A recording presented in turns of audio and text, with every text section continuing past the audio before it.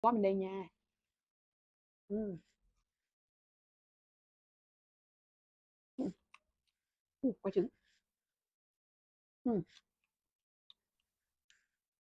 ừm, ừm,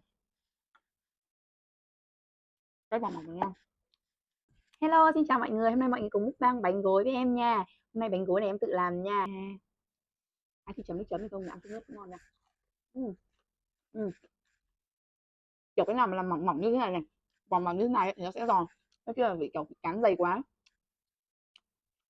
Ừm, ngon nha. Ừm, ừm, cái bò mỏng này ngon.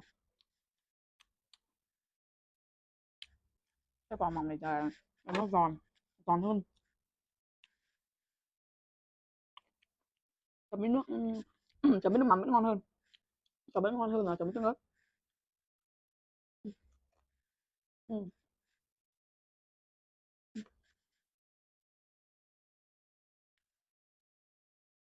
ừm, ừm,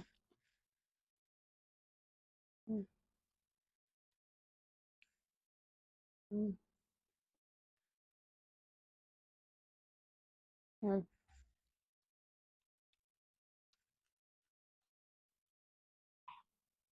Quả trứng.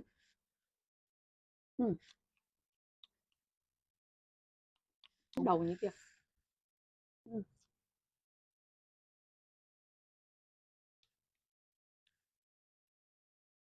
ừm, ừm.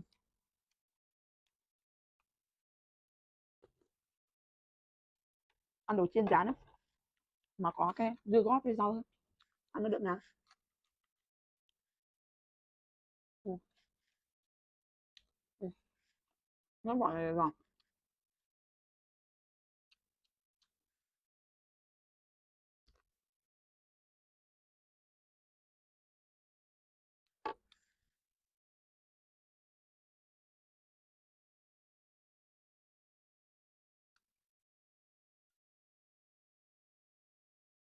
Ừm,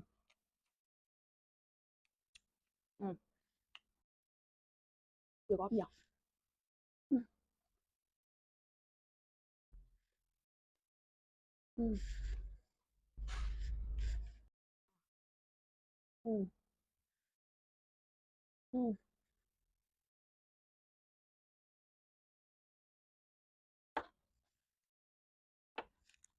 giòn. Ừm,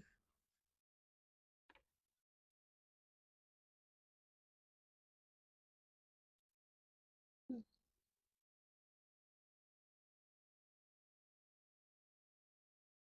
Video của em đến đây là kết thúc. Cảm ơn mọi người đã xem hết video của em nha. Bye bye mọi người.